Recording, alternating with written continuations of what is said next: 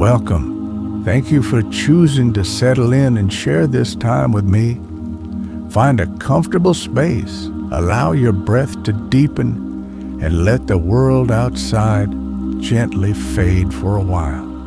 My name is Silas, and I find a quiet joy in journeying, not just to see new places, but to feel them, to listen to their unique rhythms, and to gather moments of stillness aboard my traveling home, the Wanderer. It's a slow way to travel, yes, but one that allows for reflection and a deeper appreciation of the subtle details that often pass unnoticed in a more hurried world. My journeys aboard this train have carried me through such varied tapestries of human experience and natural wonder, from the ancient sun-warmed stones and echoing history of Rome to the vibrant sensory tapestry and hidden courtyards of Marrakesh, and the cool canal-side elegance and thoughtful design of Copenhagen. It was in Copenhagen, observing the city's profound and seamless integration with the water that surrounds and defines it, that I felt a particular kind of harmony. That feeling, that deep connection between a place and its elemental waters, stirs within me again as the Wanderer glides deeper into New Zealand's South Island. Through the window, the landscape has been transforming, vast pastoral lands giving way to foothills, and now the awe-inspiring jagged ramparts of the Southern Alps are beginning to dominate the horizon, hinting at the great lake cradled within their embrace, awaiting us in Queenstown. In the chapters ahead, as we explore Queenstown, I find myself quietly anticipating the experience of Lake Wakatipu itself. Not just its famed beauty, but the legend of its rhythmic rise and fall, its almost imperceptible breathing, a subtle pulse I hope to sense. I am also drawn to the prospect of witnessing the famed alpenglow on the Remarkables, that extraordinary quality of light that is said to paint the mountain faces in ethereal hues at dawn or dusk, and to simply feel the air and silence from a high vantage point overlooking such grandeur. And I'm curious about the gentle hum of life in the town itself, nestled so dramatically by the water, and how its intimate scale might contrast with the profound ancient silence held within the vastness of the surrounding mountains. This is an invitation to slow down with me, to observe these moments, and to find a measure of peace in the present, just as I seek to do. Let the gentle sounds of the journey soothe you as we arrive and begin to explore the calm atmosphere and Lakeside Light of Queenstown together. If you find comfort and tranquility in sharing these experiences, perhaps consider liking this recording or subscribing to the channel to join me as the journey continues. For now, let us begin our gentle exploration. Chapter 1, Journey to the Jagged Peaks. The rhythmic clatter of the Wanderer against the steel tracks forms a familiar, soothing cadence, a sound that has accompanied me across countless miles and landscapes. Outside the polished window of my carriage, the New Zealand terrain unfolds with a quiet grandeur. Gone are the softer rolling hills of earlier days. Now the land rears up in dramatic pronouncements. Vast braided rivers shimmering like silver ribbons across wide stony beds, their courses ever shifting, ever new. Tussock grasses in shades of pale gold and olive, blanket the lower slopes, swaying gently in a breeze I can only imagine from the warm stillness within my moving haven. I cradle a warm mug of black tea between my hands, its steam carrying a faint, earthy aroma that mingles pleasantly with the scent of old leather from my satchel and the subtle fragrance of the polished wood paneling that lines the wanderer. The tea is simple, unadorned, a small ritual that punctuates these long stretches of travel, a moment of quiet contemplation. My gaze drifts outwards again, drawn to the horizon where the first true indications of the Southern Alps begin to assert themselves not as distant smudges, but as formidable jagged silhouettes against a sky of deepening blue. There's a crispness to the light, a clarity that seems to sharpen every detail, making the distant peaks appear both impossibly far and intimately close. The journey itself is a meditation. There are no urgent calls to answer, no demanding schedules to meet beyond the slow, steady progress of the train. This time is a gift, an interlude for observation and reflection. I watch as isolated farmsteads with their hardy-looking sheep and weathered wooden fences become fewer and farther between. The signs of human endeavor dwindle, replaced by the raw, untamed beauty of the land. It's a transition I've experienced many times, this gradual shift from the cultivated to the wild, yet it never fails to stir a sense of profound respect within me for the sheer scale and power of nature. My notebook lies open on the small fold-down table beside me, its pages blank for now. Sometimes words come easily, observations flowing onto the paper as if guided by an unseen hand. Other times, like now, the experience is too encompassing, too immediate for easy translation. I prefer to simply absorb, to let the landscape imprint itself upon my senses. The camera, too, rests in its bag. There will be time for photographs later, for capturing specific frames of this immense beauty. For now, the act of seeing, of being present, is enough. The air, even through the sealed windows of the wanderer, seems to carry a different quality now. It feels thinner, purer, as if filtered through snow and ancient rock. I imagine its coolness on my skin the way it might bite gently at my cheeks. The mountains grow larger with each passing hour, their flanks scarred by ancient glaciers, their summits hinting at the permanent white of snowfields yet unseen. There's a solemnity to them, a timeless endurance that makes my own brief passage feel fleeting, yet all the more precious for it. I think of Queenstown, the name itself conjuring images of royal splendor nestled amidst this formidable nature. I have read of its beauty, seen photographs, but I know that no reproduction can truly capture the essence of a place.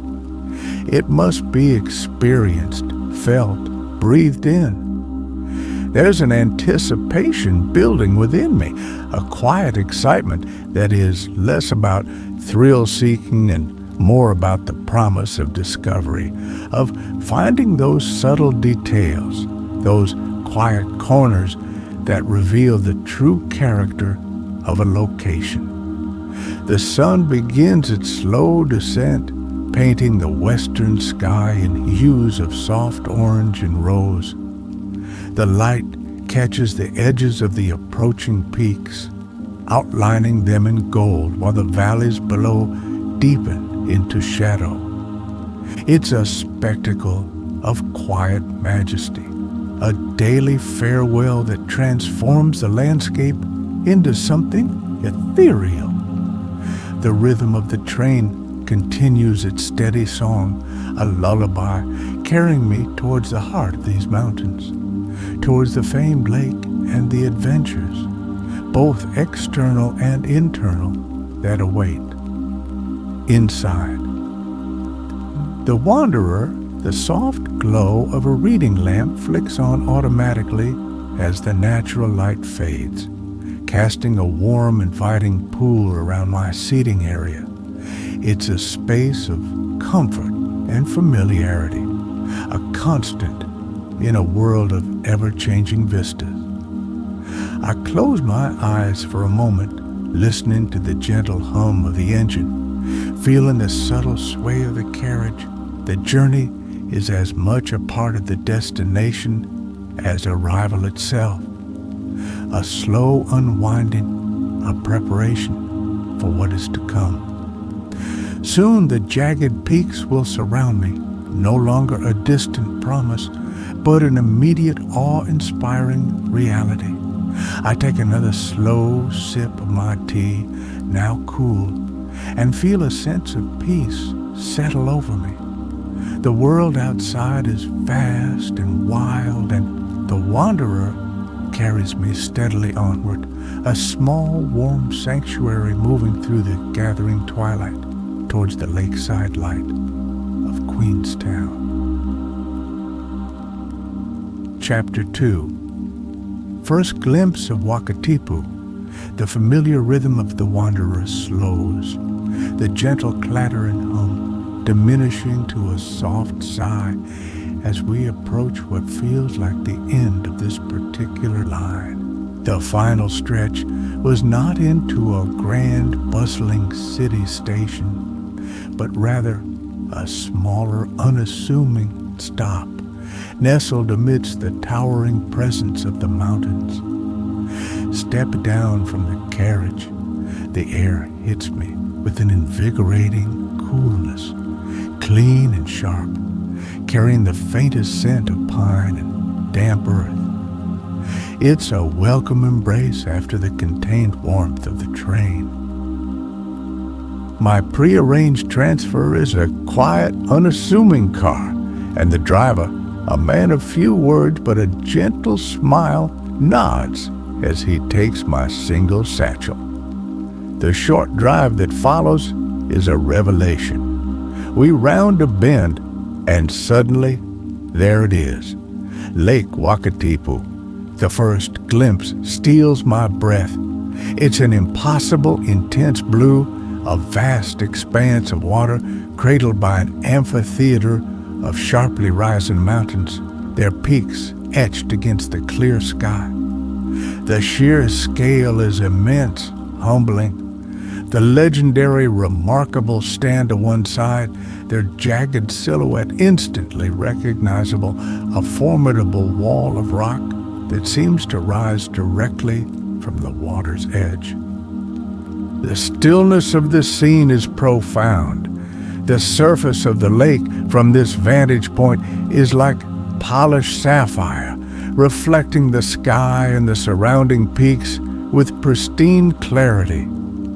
There are no bustling crowds here, no clamor of a city, just the vastness of nature, the deep blue of the water, the silent majesty of the mountains. My driver navigates the winding road with practiced ease, and with each turn, a new facet of the landscape reveals itself, each more breathtaking than the last. I find myself simply gazing, absorbing the raw, untamed beauty that Queenstown is famed for. My accommodation is a small, timber-clad guest house set a little way back from the main town, promising a quieter retreat. It overlooks a smaller bay of the lake, its gardens sloping gently toward the water. As I step out of the car, the only sounds are the distant call of a bird and the gentle lapping of water against the unseen shore.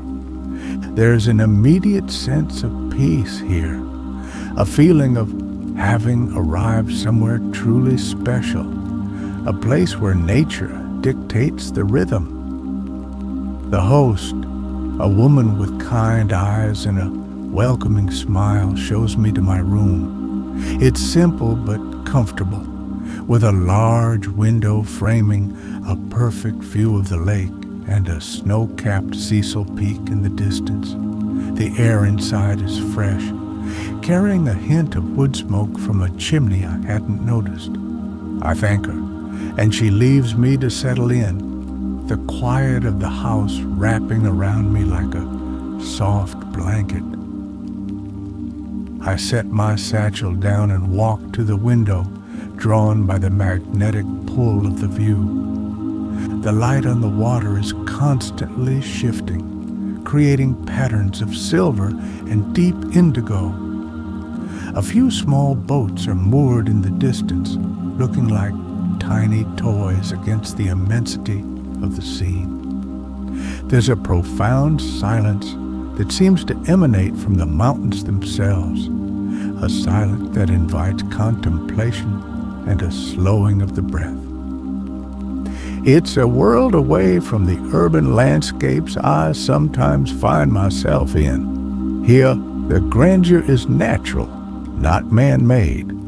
The architecture is that of peaks and valleys. The colors are those of water, stone, and sky. I feel the tension that often accumulates from travel begin to dissipate, replaced by a sense of awe and a quiet gratitude for being able to witness such profound beauty. Later, as the afternoon sun begins to dip lower, casting long shadows and bathing the mountaintops in a warm, golden light, I step out onto a small wooden veranda attached to my room. The air is cooler now, and I pull my light jacket a little closer. The sounds of the evening are beginning to emerge. The chirp of crickets, the rustle of leaves in the gentle breeze that has picked up from the lake. This first immersion into Queenstown's embrace is everything I hoped it would be.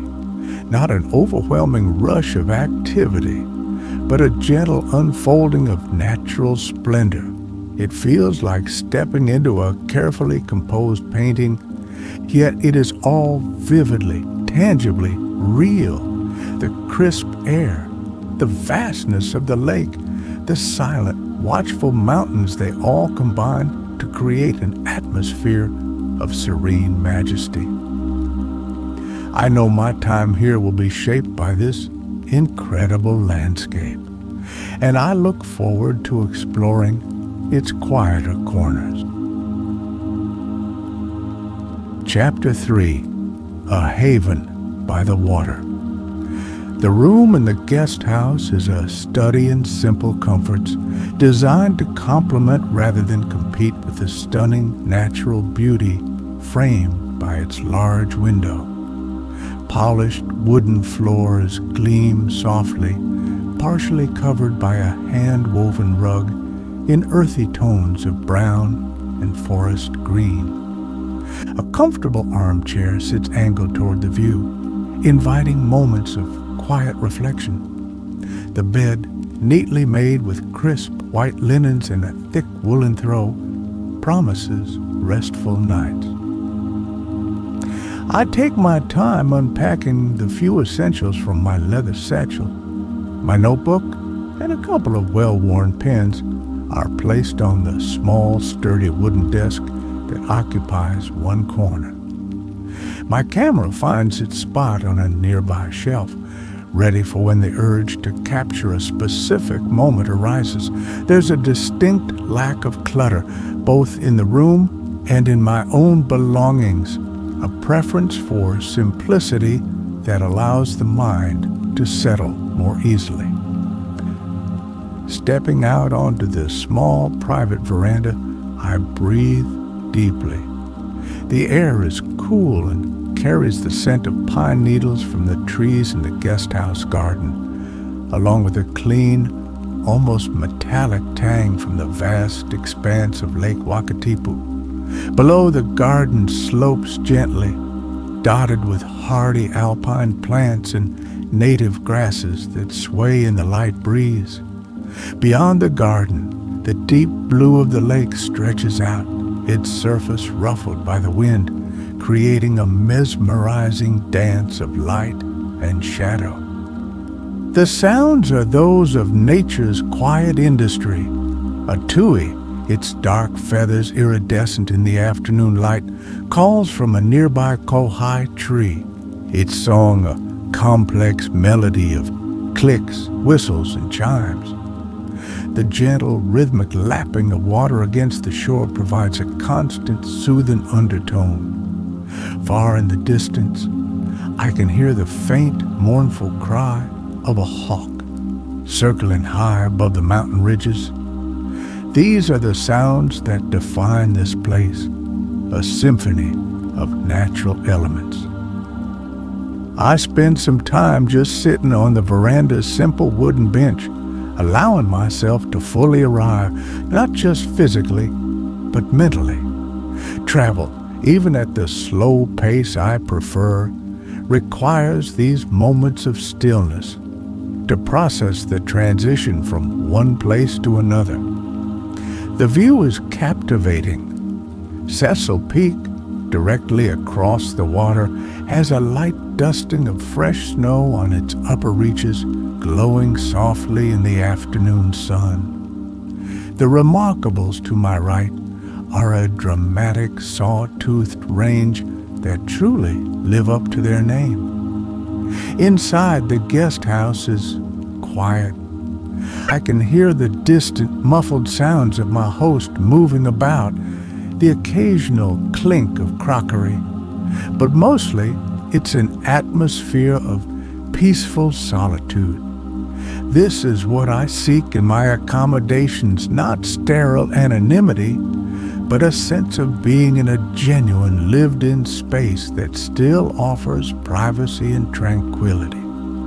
The light filtering through the window changes subtly as the afternoon progresses, the shadows lengthening, the colors of the landscape deepening. Later, I make myself a cup of herbal tea, using the modest facilities provided in the room. The warmth of the mug is comforting in my hands as I return to the window. The lake seems to have a life of its own, its mood shifting with the wind and light. Now, small whitecaps are visible further out, evidence of a stronger breeze funneling between the mountains. Closer to the shore, the water is a calmer, deeper blue. There's a bookshelf in the corner of the room, filled with a varied collection, local history, guides to walking tracks, a few novels. I run my fingers along their spines. A familiar comfort. Perhaps I'll borrow one later to read by the soft lamplight as evening fully descends. For now, the landscape itself is the most compelling story. As dusk begins to settle, the colors of the sky and the mountains undergo a final spectacular transformation. Hues of soft pink, lavender, and dusky orange paint the western horizon, reflecting onto the surface of the lake.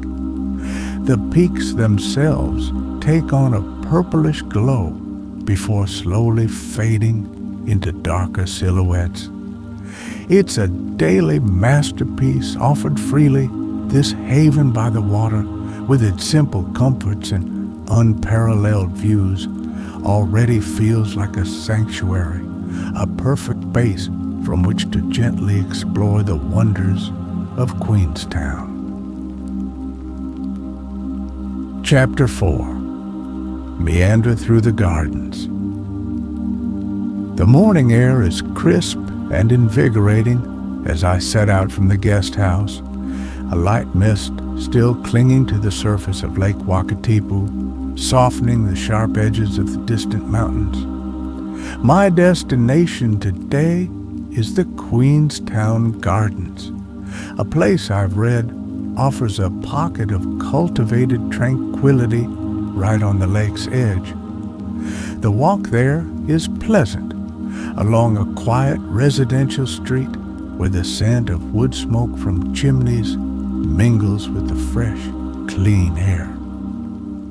Reaching the entrance to the gardens, I'm struck by the immediate sense of peace. The peninsula juts out into the lake, providing stunning vistas from almost every angle. Well-tended paths lined with mature trees whose leaves are just beginning to show the first hints of autumnal color invite a slow, unhurried exploration. The sound of the town, already subdued, fades away completely, replaced by birdsong and the gentle rustle of leaves underfoot. I wander along a path that skirts the water's edge. Magnificent firs and oaks, their branches spreading wide, create a dappled canopy overhead. Sunlight filters through, creating shifting patterns on the ground. To my left, the deep blue of the lake stretches out, its surface sparkling. Small ducks paddle serenely near the shore, occasionally dipping their heads beneath the water in search of food. I pause often, simply to absorb the view, the clear light, the feeling of stillness. The gardens are thoughtfully laid out, with different sections offering varied planting and atmospheres. I find myself in a beautiful rose garden, the air filled with a delicate perfume. Though past their summer peak, many blooms still display vibrant colors, deep reds, soft pinks, creamy whites. Each rose seemed perfect in its own way, its petals intricately furled. I observed the tiny dewdrops still clinging to some of them, like miniature jewels. Further on, a secluded lily pond catches my eye. Its surface is a mirror reflecting the surrounding greenery and the blue sky above. Water lilies, with their broad, flat leaves, float gracefully, their waxy flowers held just above the water. Dragonflies, with iridescent wings, dart and hover. I find a wooden bench tucked away beneath a weeping willow, its branches trailing almost to the ground, creating a sense of natural enclosure. Here, the world feels particularly serene.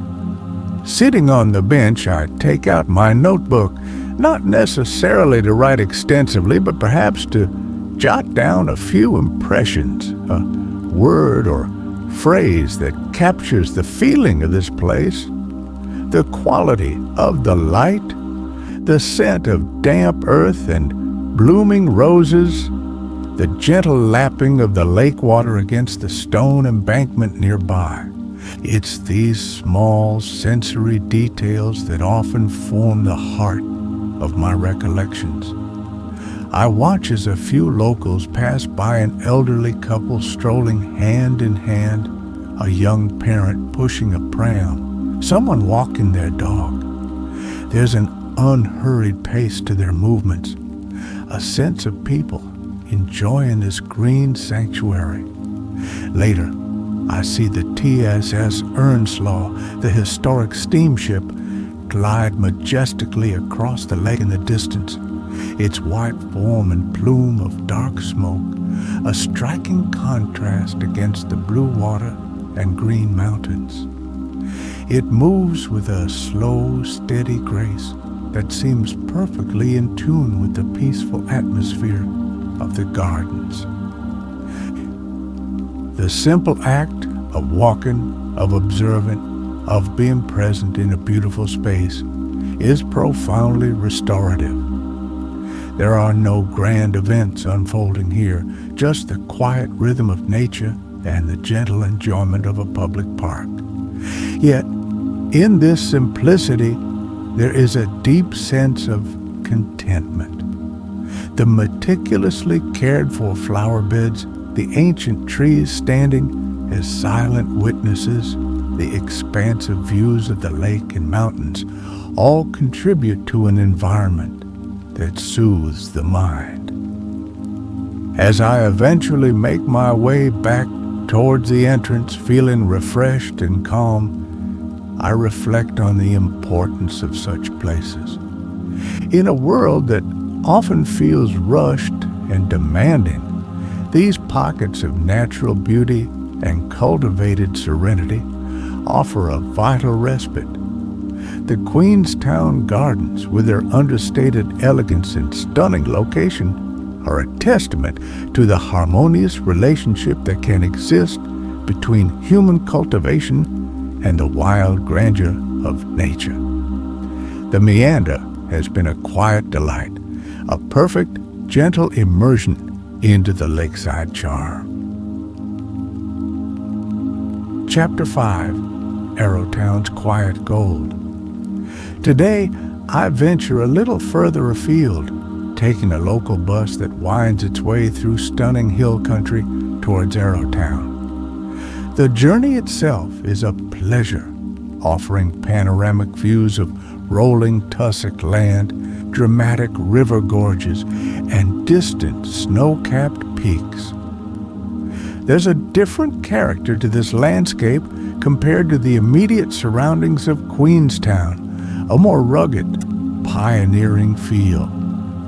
Arrowtown, when I arrive, is like stepping back in time. The main street, Buckingham Street, is lined with charming, well-preserved historic buildings, their wooden facades and verandas evoking the spirit of the 19th century gold rush era. It's not a fabricated theme park, but a living village that wears its history with a quiet dignity. I begin my exploration with a slow stroll, admiring the old miners' cottages, some now housing quaint shops, cafes, and small galleries. The air here feels different, perhaps carrying the faintest scent of wood smoke and the dry earth of the surrounding hills. The Arrow River, which gives the town its name, flows nearby, its waters remarkably clear, gurgling gently over a bed of smooth, rounded stones. I make my way towards it, finding a path that leads along its banks. The autumn colors are beginning to show more vividly here. The leaves of the sycamores and poplars that line the river are turning brilliant shades of gold, amber, and crimson. One of my main interests in visiting Arrowtown is to see the historic Chinese settlement, a partially restored remnant of the village where Chinese miners lived during the gold rush. It's a poignant place. The tiny reconstructed huts, built from schist rock and mud, speak volumes about the harsh conditions and resilience of these early settlers. I wander silently among them, reading the interpretive signs that tell their stories of hope, hardship, and perseverance in a foreign land. There's a profound stillness here, a sense of echoes from the past. I find a quiet spot on a large sun-warmed stone by the riverbank, away from the main thoroughfare of the village. The only sounds are the gentle murmur of the river, the rustle of dry leaves in the breeze, and the occasional chirp of a bird. I take out my notebook and pen, not to write a full account, but to sketch the way the sunlight filters through the golden leaves, or the texture of the weathered stones in the riverbed. It's a way of seeing more deeply, of noticing the small details. Later, I explore the Lakes District Museum, housed in a collection of historic buildings. It offers a fascinating glimpse into the region's past, from its Maori heritage to the gold rush frenzy and the subsequent development of the area.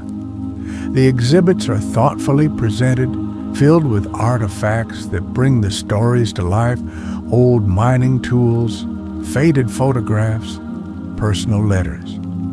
It's a quiet, reflective experience, deepening my appreciation for the layers of history that permeate this small town. For lunch, I find a small bakery and purchase a simple meat pie and a bottle of water, which I enjoy sitting on a park bench under a large spreading oak tree. The pace of Arrowtown is noticeably slower than Queenstown's. Tourists wander, but there's no sense of rush or clamor. Locals greet each other in the street. It feels like a community that values its heritage and its peaceful atmosphere. The afternoon sun casts long shadows as I continue my gentle exploration, walking along some of the quieter back streets where original cottages stand, their gardens filled with hardy old-fashioned flowers. The surrounding hills, golden brown and dotted with patches of native bush, form a beautiful backdrop to the historic village. It's easy to imagine what it might have been like here over a century ago, the hopes and dreams of those who came seeking their fortune in the elusive gold. As the time for my bus back to Queenstown approaches, I take one last look at the Arrow River, its clear waters still sparkling.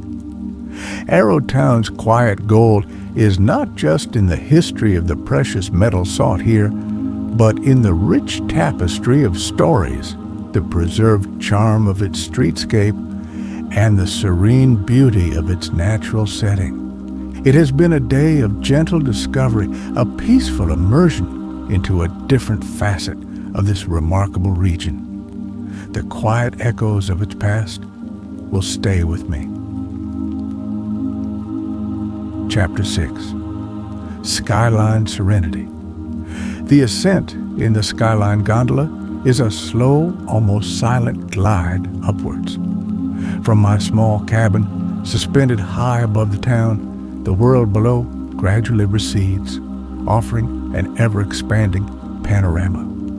Queenstown itself, nestled on the shores of Lake Wakatipu, becomes a charming miniature, its streets and buildings neatly arranged. The deep, intense blue of the lake stretches out, cradled by the majestic mountain ranges that define this landscape. The Remarkables, Cecil Peak, Walter Peak, their iconic forms grow more distinct, their scale more apparent with every meter gained in altitude. I'm not here for the adrenaline-fueled activities that Bob's Peak is also known for, the luge rides, the zip lines, or the bungee jumping. My purpose is simpler, to find a quiet vantage point, to absorb the sheer magnificence of the view, and to experience that unique sense of perspective that height can offer.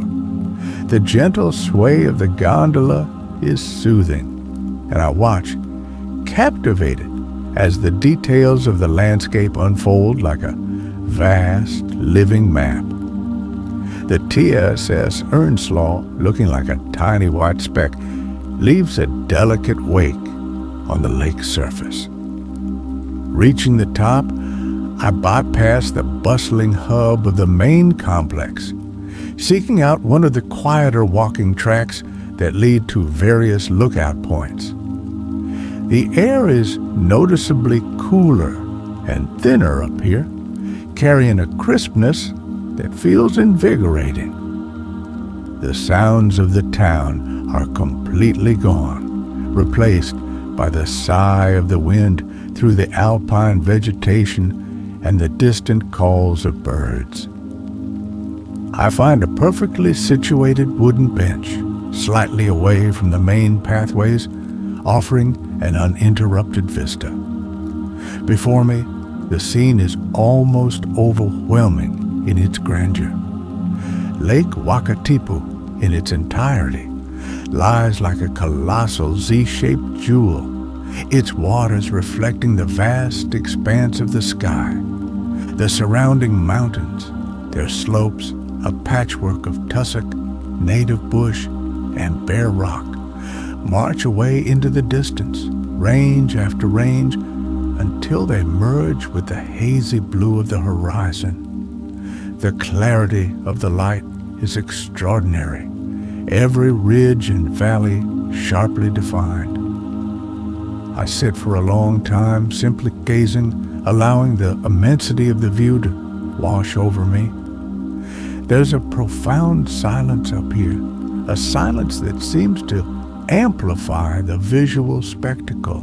My thoughts, too, become quieter, settling into a state of calm contemplation. It's moments like these, in the presence of such raw, natural beauty, that I feel most connected to the world and simultaneously most aware of my own small place within its vastness. My notebook remains in my satchel. Some experiences defy easy description, and this is one of them. To try and capture it in words feels inadequate. Instead, I try to imprint the feeling of it, the coolness of the air, the vastness of the space, the intense colors, the deep sense of peace. My camera also stays put for now. I see others taking photographs, angling for the perfect shot, but I prefer to let my eyes be the lens, my memory the film. A few fluffy white clouds drift lazily across the sky, their shadows gliding over the mountain slopes, creating a slow, ever-changing pattern of light and dark. Far below, I can trace the course of the Colorado River as it snakes its way out from the lake, a silver thread winding through the landscape. The sheer scale of everything is humbling. These mountains have stood for millennia, shaped by unimaginable forces, silent witnesses to the passage of time. Later, I take a slow walk along one of the natured trails that wind through the beech forest on the upper slopes. The trees are gnarled and ancient-looking, their branches draped with moss. The forest floor is soft with fallen leaves, and the air is filled with the earthy scent of damp soil and vegetation. It's a different kind of beauty from the panoramic vistas, more intimate and enclosed, but equally captivating. Sunlight filters through the canopy in fleeting patches, illuminating the ferns and mosses below. As the afternoon begins to wane, I make my way back towards the gondola station for the descent. The views on the way down are just as spectacular, offering a reverse perspective of the unfolding landscape. The Skyline experience for me has been one of serene contemplation, a quiet communion with the mountains and the sky. It's a reminder of the incredible beauty that exists in the world and the profound sense of peace that can be found by simply being still and observing it.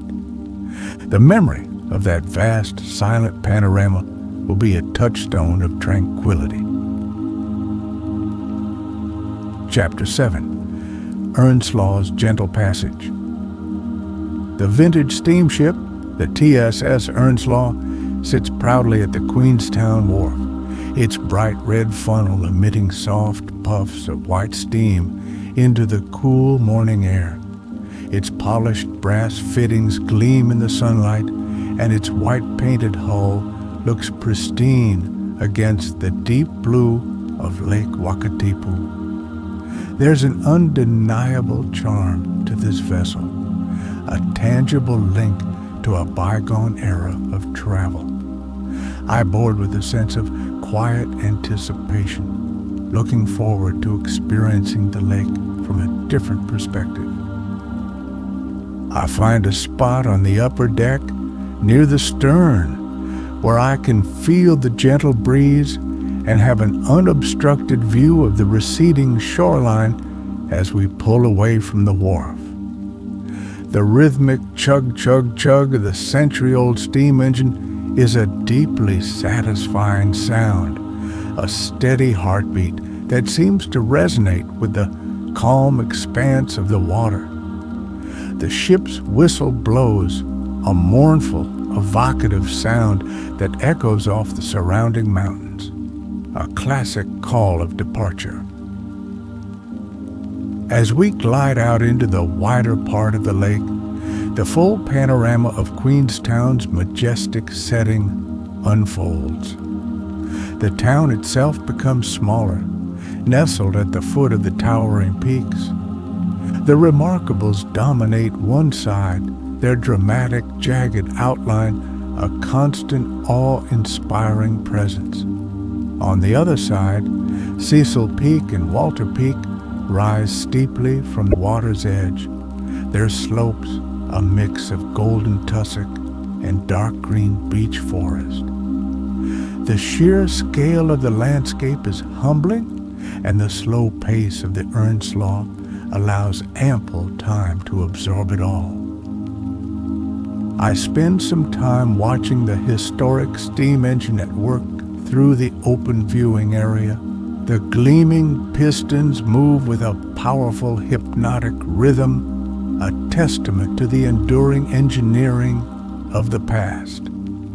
The heat from the engine room, the smell of hot oil and steam, and the sight of the stokers occasionally feeding coal into the fiery belly of the boilers all contribute to the authentic experience. It's fascinating to witness this living piece of history in operation. Back on deck, the air is fresh and cool. The surface of Lake Wakatipu is a deep, almost unnaturally blue color, reflecting the clear sky above. The mountains seem to rise directly from the water, their immense forms creating a sense of being enclosed in a vast, natural amphitheater. I lean against the railing, feeling the gentle vibration of the ship beneath my feet, watching the landscape slowly drift by. There's a meditative quality to the journey, the steady progress, the unchanging rhythm of the engine, the endless beauty of the surroundings. Other passengers are scattered around the decks, some taking photographs, others chatting quietly, many simply gazing at the scenery, much like myself.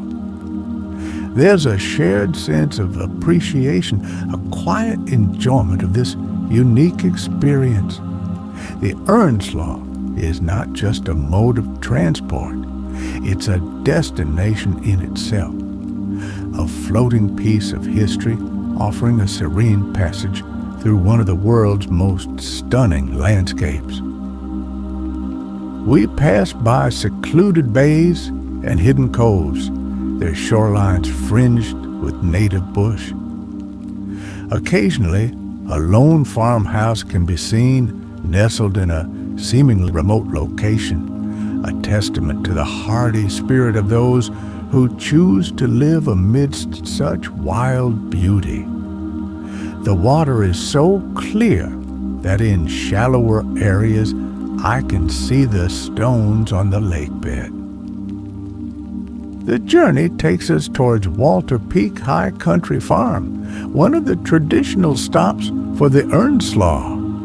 While I won't be disembarking for the farm tour today, I enjoy watching the approach to the historic homestead with its well-tended gardens and surrounding pastures where sheep graze peacefully. The ship maneuvers gracefully towards the jetty, its engine slowing, the sounds of docking ropes being thrown, gentle bumps against the fenders briefly punctuating the tranquility. After a short stop, the Earnslaw begins its return journey to Queenstown. The light has shifted subtly, the sun higher in the sky, illuminating different facets of the mountains, revealing new textures and colors. The return passage is just as captivating, offering a reversed perspective of the same majestic scenery. The gentle passage on this grand old lady of the lake has been a highlight, a slow, immersive experience that perfectly complements the peaceful, observant way I prefer to travel.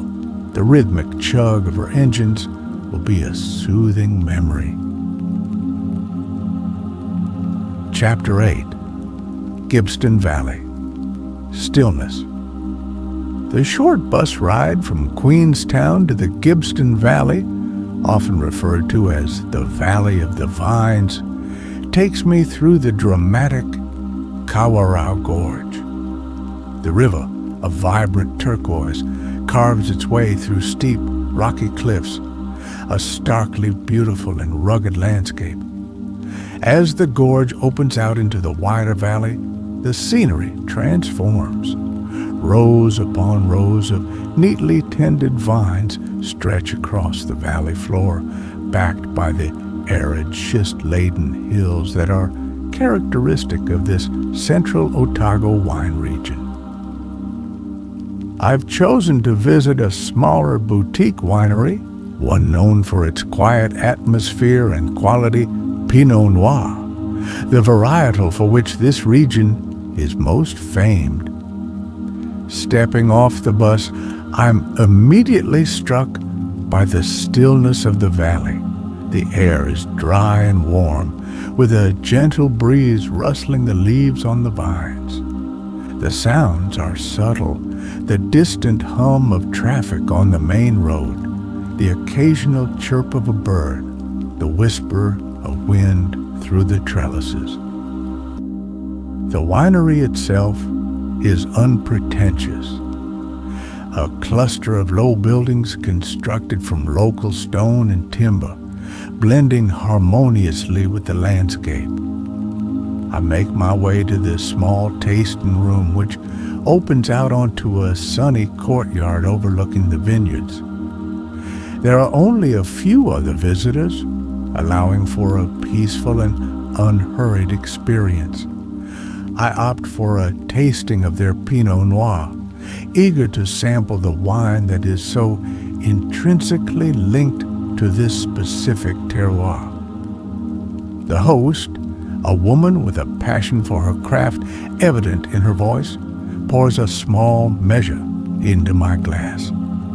The wine is a beautiful ruby color, and as I gently swirl it, aromas of dark cherry, dried herbs, and a subtle earthiness rise to meet me. I take a sip, letting the flavors unfold on my palate, complex, yet elegant, with a smooth finish.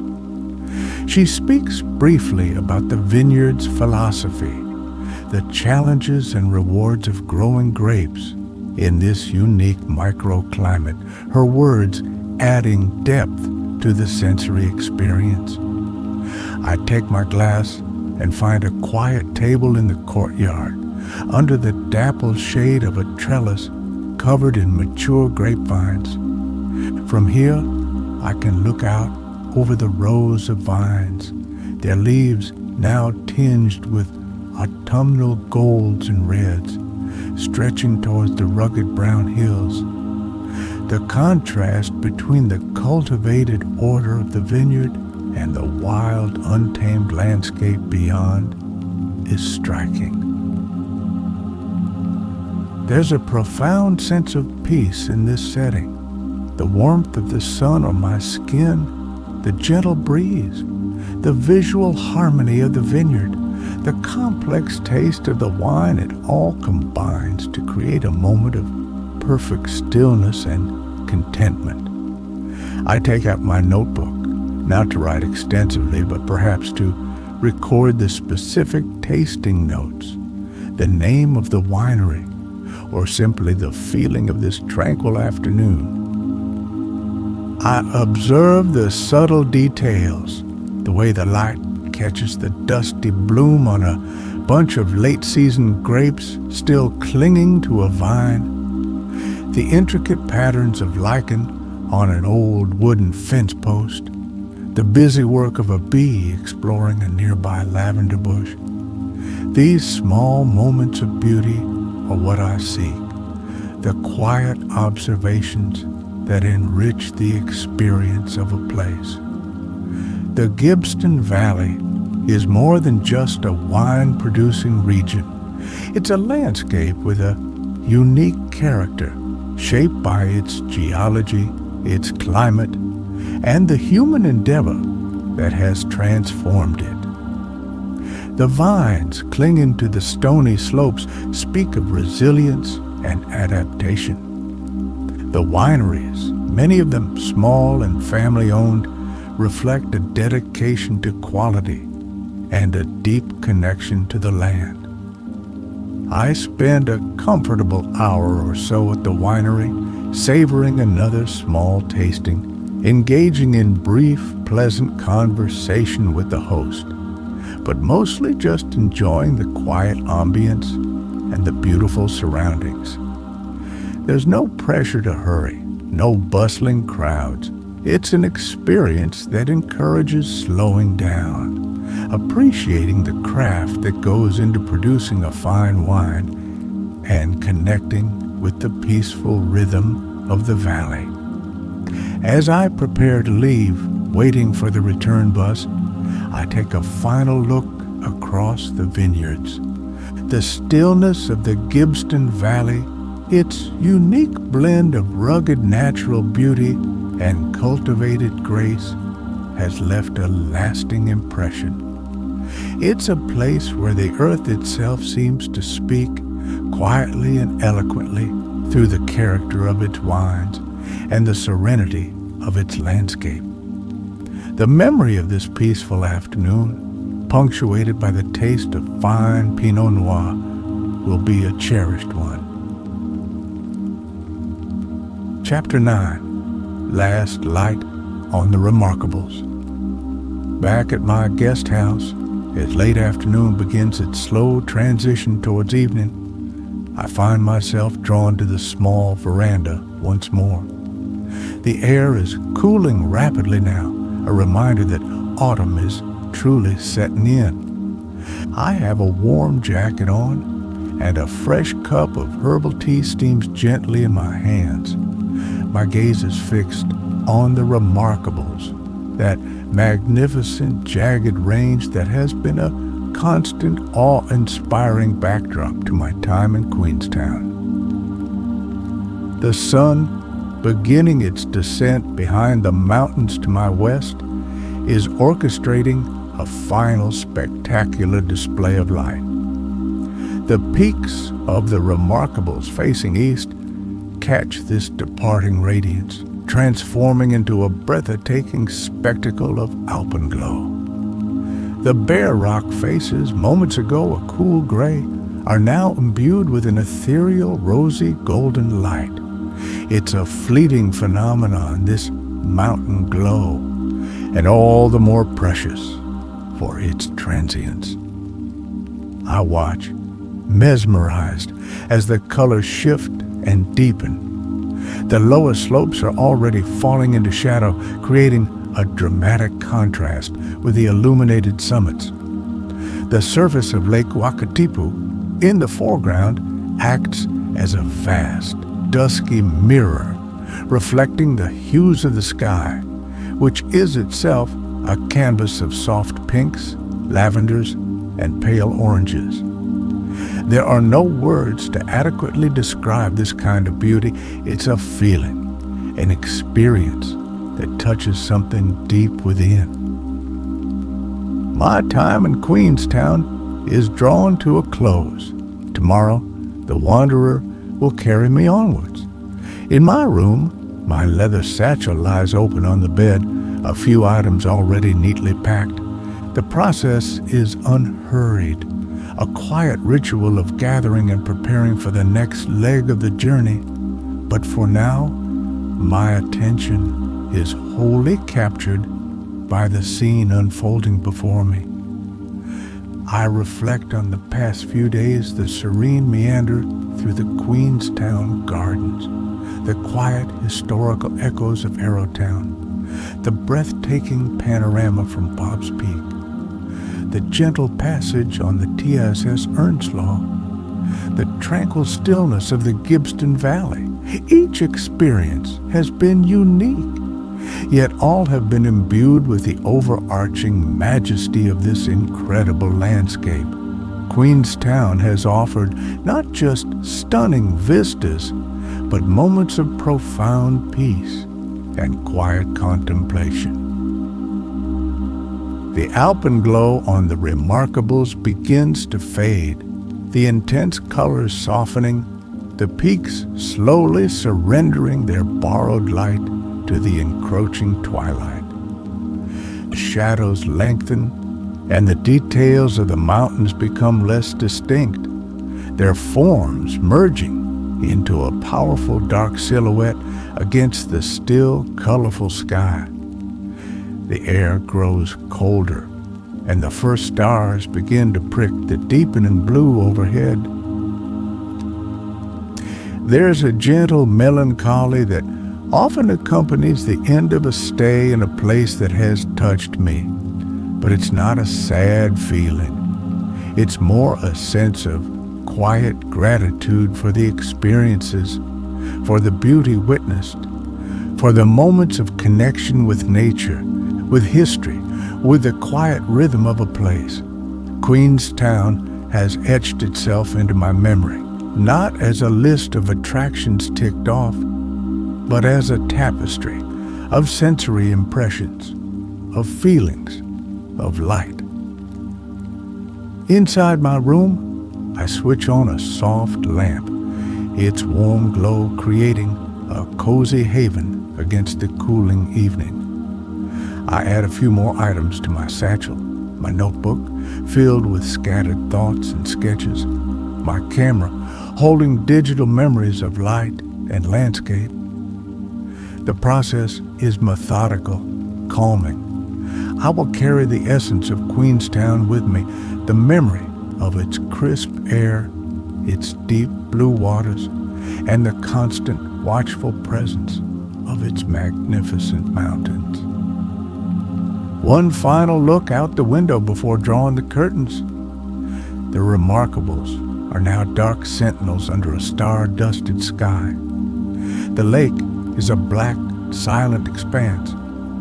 The last light has truly faded, leaving behind a deep sense of peace and the quiet anticipation of the journey ahead. The beauty of this place, especially this final, breathtaking display on the mountains, has been a perfect farewell. Chapter 10, Echoes of the Alps. The familiar gentle motion of the wanderer is a welcome comfort as we pull away from the small station that served as my gateway to the Queenstown region. The rhythmic clatter of wheels on tracks, the soft hum of the engine, these are the sounds of my moving home, a constant that bridges the spaces between destinations. I gaze out the window, watching as the dramatic alpine scenery, which has been my companion for the past several days, begins to recede. A final fleeting glimpse of Lake Wakatipu, its surface a steely gray under the morning sky. Then it's hidden by a curve in the terrain. The mountains, however, remain visible for longer, their majestic peaks, some still lightly dusted with snow, standing as silent, powerful sentinels. There's a sense of their enduring presence, a feeling that they will remain unchanged long after my brief passage. I settle back into my comfortable seat, the warmth of the carriage a welcome contrast to the crisp morning air I felt on the platform. My leather satchel is stowed neatly beside me. I reach for my notebook, its pages filled with impressions of Queenstown sketches of mountain skylines, notes on the color of the lake, observations from Arrowtown and the vineyards. Flipping through it, I relive some of the quiet moments, the sensory details that captured my attention. The journey out of the Alpine region is as scenic as the arrival. The wanderer winds its way through valleys carved by ancient glaciers, alongside fast-flowing rivers the color of jade, and past hillsides covered in hardy tussock grass. The scale of the landscape remains immense, a testament to the powerful natural forces that have shaped New Zealand's South Island. I make myself a cup of tea, the simple ritual a grounding point in the transition. The aroma fills my small compartment, mingling with the familiar scents of wood and old leather.